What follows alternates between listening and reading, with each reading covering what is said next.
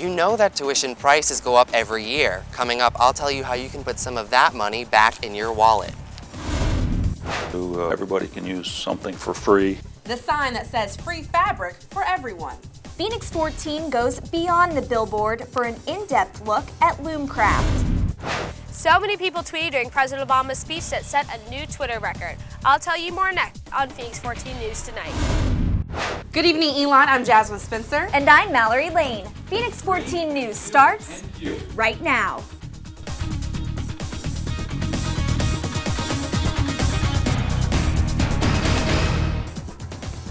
Where the money goes, Elon tuition goes toward more than education and facilities, and students can help to keep costs from going up. The smallest tuition increase in 20 years will still cost you an extra $1,000. But you can help lower the cost in the future. Our Don Grenice is live in the studio with more. Don? Thanks, Mallory. From the flowers to the maintenance of campus buildings and even down to the very bricks we walk on, everything on campus has its price, tuition. It's a price we all have to pay in some way or another. One student that I talked to foots the bill by herself. I sometimes have trouble getting the money together, and I always spend the time having to look for loans and scholarships and outside resources to help me pay for it. As a first-year student, affording an Elon education is only going to get harder for Jillian Samero. While next year's tuition increase of about 4% is the smallest increase in more than 20 years. Do you know how much it's supposed to increase? That's still about $1,000. That's annoying. A decision that's made by the university's budget committee and chief financial officer, Gerald Whittington. My role as the chief financial officer of the institution is to help, as a member of the budget committee, determine, for example, what tuition rates ought to be. Whittington says there are ways students can keep tuition prices down by conserving energy and resources on campus. At a baseline, you've got to get to the point where we can just second nature, go out of a room, turn off a light. One of the things that consumes resources is an Elon tradition, stealing a brick before graduation. Each time a brick needs to be replaced, that costs money. That money comes from a pool of Elon funding, 80% of which is from tuition. Don't take a 45-minute shower. I mean, that sounds ridiculous, but you get the drift. Students may not get the drift when it comes to energy conservation, but they're starting to notice something needs to change if their bank accounts are going to survive. The tuition is so high, but I guess it does cost a lot to run an institution like this. I mean, when I came here it was cheap, but it keeps going up every year. Being like forced into meal plans, you know, raises it. Some of the housing is expensive. I think it's, when you add it all up, it's pretty expensive. For Samero, affording tuition isn't just an expense. It's the deciding factor. The only reason I would transfer would be a money issue. But I'm just staying positive and hopefully it works out. Although tuition prices are rising, Elon is actually around the national average for nonprofit four-year schools, which is currently about $27,000 according to collegeboard.com. Back to you, Jasmine. The dean of the Love School of Business is stepping down. Mary Gowan held the position since 2011. During her tenure, Elon's MBA program was named #1 in the South and 6th in the nation. Now Gowan says she wants to focus on teaching. I love teaching. I love doing consulting and professional activities around being a faculty member, and decided that it was things were going very well in the School of Business. We've had lots of successes, and it's always good to go out on a high note, so decided this was a good time to make the transition. Gowan will stay at Elon as a faculty member, teaching courses as a professor of management.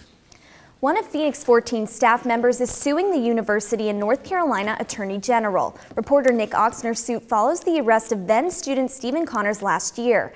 Oxner was on assignment for Phoenix 14 when he requested a copy of Connors' arrest report from campus police.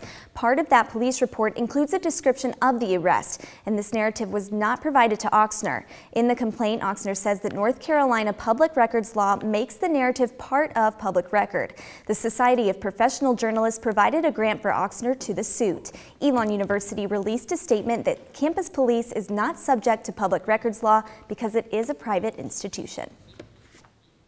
3 more buildings near Elon's law school. That's the university's newest purchase. The buildings have office and warehouse space. According to the Times News, university spokesman Dan Anderson says they'll be used for storage until they're torn down. Anderson said there are no immediate construction plans, but they'll later be used to expand the law school. Elon said the new buildings will allow the law school to increase enrollment. Beginning fall of 2012, Firehouse Fields will turn into the station at Mill Point. This has caused speculation as to whether Residence Life's policy on alcohol will change. Phoenix 14's Joe Bruno is live at Firehouse Fields to explain one possible scenario. Joe? Now, Jasmine, come fall 2012, this baseball field will be a senior village. I contacted Res Life for their plan on alcohol policies, and they said they're still working on them, so they cannot comment. Phoenix 14 did find out, however, what students think of the current Elon policies and what they would think if the senior village would adopt them. Elon isn't a dry campus, but if someone in a residence is under 21, then alcohol would not be allowed in common areas. Elon's residential policies also state that students may only have a personal amount of alcohol, for example, a 12-pack of beer or a 750-milliliter bottle of wine. Claire Safini is a freshman at Elon, so she'll be able to live in a senior village if it opens on time. She thinks the village should have different alcohol policies. If you're 21, then you're allowed to drink, so I don't see why that would have to have an effect on you if your roommate's 20. But not all students agree with Safini. One student, Olivia Paul, believes that this policy is good as it stands. I support it. I think they're just trying to do their jobs, and most of the RAs aren't too harsh about it. They only get people in trouble if they're being really obvious about it, so they don't want to write people up, I don't think. Now, I was able to get in contact with Marquita Barker, who said nothing has been finalized regarding the alcohol policies. Be sure to stick with Phoenix 14 News as this baseball field becomes a senior village. Looks like baseball practice is getting started right now. For now, at Firehouse Fields, I'm Joe Bruno, sending it back to you guys. Class of 2011, hope your gowns are freshly pressed. 12 days until graduation under the Oaks. More than 1,200 students are on the list to graduate. 26 students will receive their Master of Business Administration, and the Masters of Interactive Media program is graduating 32 students. But the majority of those students walking the stage will be undergrads. 1,165 students will receive their bachelor degrees on May 21st under the Oaks. And as one class leaves, another comes in. Elon is expecting to welcome more than 1,400 students in the fall. According to the Office of Admissions, this class's makeup is very similar to the class of 2014. Their average GPA is 3.9 and has a 3-part SAT of more than 1,800. The male to female ratio is 40-60, and the top states are North Carolina, Massachusetts, and New Jersey. The top intended majors are business and communications. Admissions expects changes during the summer and will publish the official profile in August. You're looking at live video from a forum being held on the death of Osama bin Laden. The Truett Center for Religious and Spiritual Life is leading the discussion happening now in La Rose Digital Theater. Let's listen into a bit of the discussion.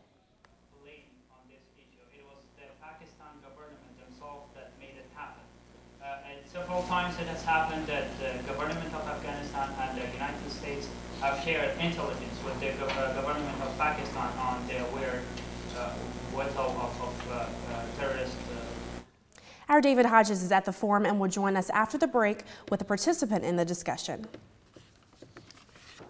Social media users post more than 100 million messages every day. These numbers almost doubled the night that President Obama announced Osama bin Laden's death. But not everyone was happy with the extra post. Our Elizabeth Cantliner found out more.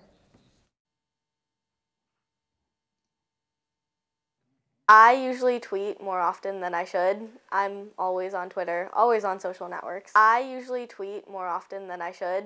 I'm always on Twitter, always on social networks. Diane Boy is a freshman at Elon. She used social media to notify others of President Obama's address on Osama bin Laden. And I also see how beneficial it is when people tweet their information. So I figured, if other people are tweeting for my benefit, why not tweet for other people's benefit? So many people tweeted during President Obama's speech that set a new Twitter record. People tweeted at a rate of more than 3,000 tweets per second. Well, I was on Facebook, and I found out from CNN, but I looked on Facebook and someone had posted on Facebook, like, check out CNN right now, Obama's making an announcement. Michelle Nussbaum says that even though she uses social media, she was annoyed by everybody posting during Obama's speech. I definitely would have rather had the news perspective of it rather than people I don't really know saying useless things. Though some of the posts may have been distracting to some, the amount of people using social media showed how many people depended on the internet to share their thoughts. Elizabeth Kayliner, Phoenix 14 News Tonight. Finals and Facebook, they're two things you don't want to combine, according to a study by an Ohio State University professor. His research shows students on Facebook while studying end up getting 20% lower grades and average a 3.06 GPA, where students who don't have the social networking site in view average a 3.82. The study explains that Facebook itself isn't bad, just students' ability to multitask. Coming up on Phoenix 14. One of their only forms of advertisement. Coming up, I'll take you inside the fabric outlet. A bright spot in gas price woes. The prices are down from last week. We'll tell you how much you'll save at the pump and where to find the best deal after the break. As the season comes to a close, Elon Baseball had to keep winning this weekend if they wanted to remain in first place. Find out if they did enough to stay on top coming up later in sports.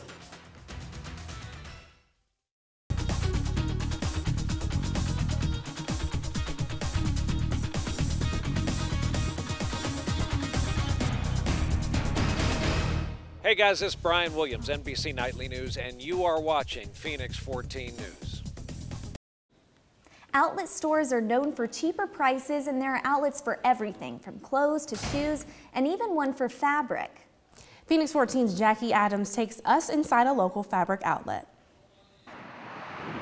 It's hard to miss when you're driving by on the highway. We have about 3,700 feet of road frontage. And the sign for free fabric is a pretty good eye catcher. It just gives us an opportunity to give the public something to, number one, stop and see us, and number two, everybody can use something for free. Loomcraft Textiles relies heavily on that sign to bring customers in. We don't advertise at all. It's all word of mouth. But no advertising is a good thing for Loomcraft. So what we're able to do in turn is to lower the prices on the products on an everyday basis. When you go to an outlet store, you expect to find low prices, and this fabric outlet isn't any different. Much of this fabric is less than $15 a yard. Which is a very low price for designer fabrics. The low prices are also a result of Loomcraft's wholesale business. We buy direct into Loomcraft Textiles. We sell it direct